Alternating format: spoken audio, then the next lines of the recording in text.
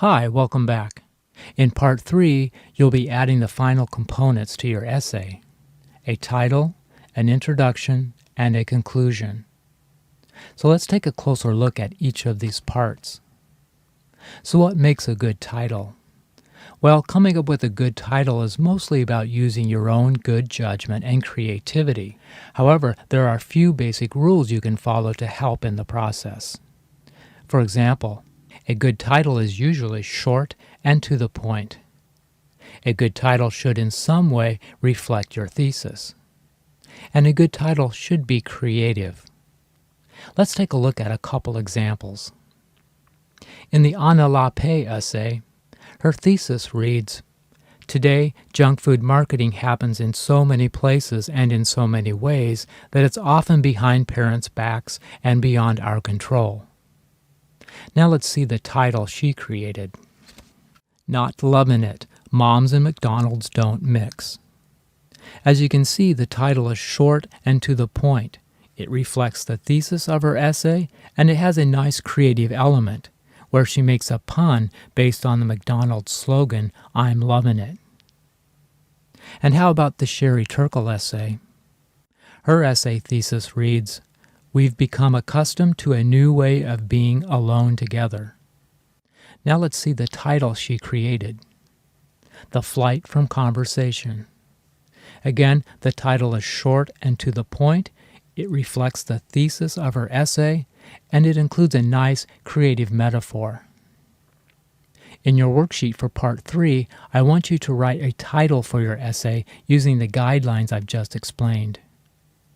In my sample essay on baseball and racism, I've come up with the following title: Strike 3 for Racial Equality in Baseball. The next step in Part 3 is to write an introduction paragraph for your essay. The purpose of an introduction is to 1.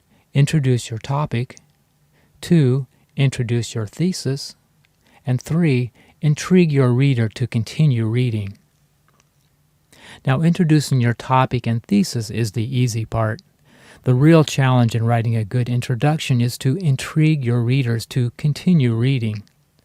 So how do we do this exactly? Well, good writers have learned a few tricks over the years to engage their readers in that first paragraph and encourage them to read more.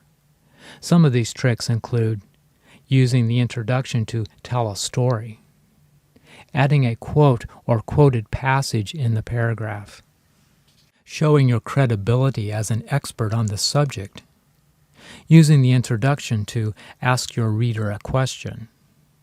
Let's take a look at a few examples. In the Anna Lappe essay, the author begins her essay by describing a particular event and providing some details about what happened. This is a good example of an introduction that tells a story. In the same paragraph, Lappe also includes a quoted phrase, which is another good technique for engaging your readers. In the Sherry Turkle essay, the author validates her expertise on the subject by pointing out the research she's completed over the last 15 years. This is a good example of an introduction that shows credibility. Here's an introduction to an essay I read recently by Sugata Mitra. This is a good example of an introduction paragraph that asks the reader a question. In the Part 3 worksheet, be sure to indicate which type of introduction you would like to use with your essay. Next, write your introduction paragraph in the space provided. Keep in mind that your introduction paragraph should be approximately 4 to 6 sentences long, and your thesis statement should be the last sentence of the paragraph. Now it's time to work on your essay conclusion. In general, a good conclusion creates a sense of completion. It brings readers back to where they started, but it also shows them how far they have come. It also provides a quick summary of the essay and often presents a further observation or point about the topic.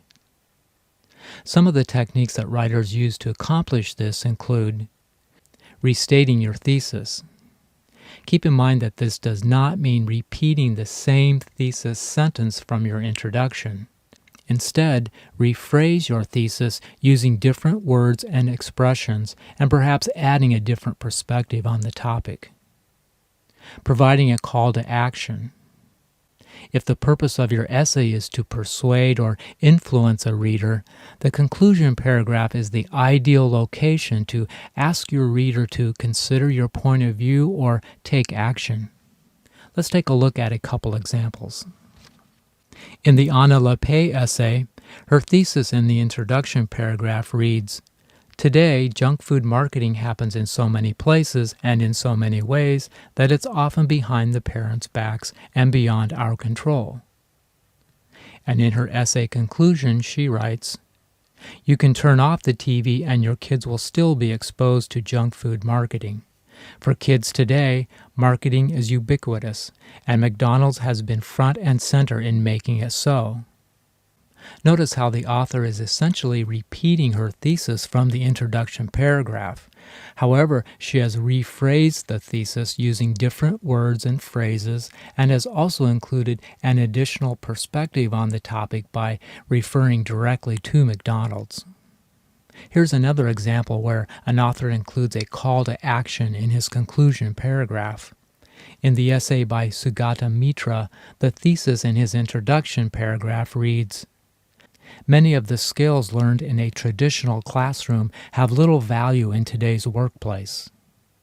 And in his essay conclusion, he writes, "We don't need to improve schools. We need to reinvent them for our times, our requirements, and our future. We need people who can think divergently across outdated disciplines, connecting ideas across the entire mass of humanity. We need people who can think like children." Notice how the author is using his conclusion paragraph to persuade readers to see his point of view and possibly take action on his suggestion. After completing the Part 3 worksheet, you should have in place all the components needed to write a complete essay: a title, an introduction, a body section, and a conclusion. As I mentioned earlier, this might be a good time to combine all of the essay components you've written so far into one document, using perhaps Microsoft Word or Microsoft Works.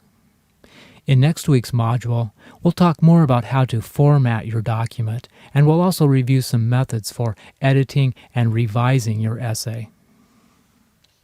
So that's it for this week. Remember that the only assignment due for this module is completing the essay worksheets listed below. If you have any questions about the assignment, please contact me through the Angel Course email. Have a good week, and I'll see you next time.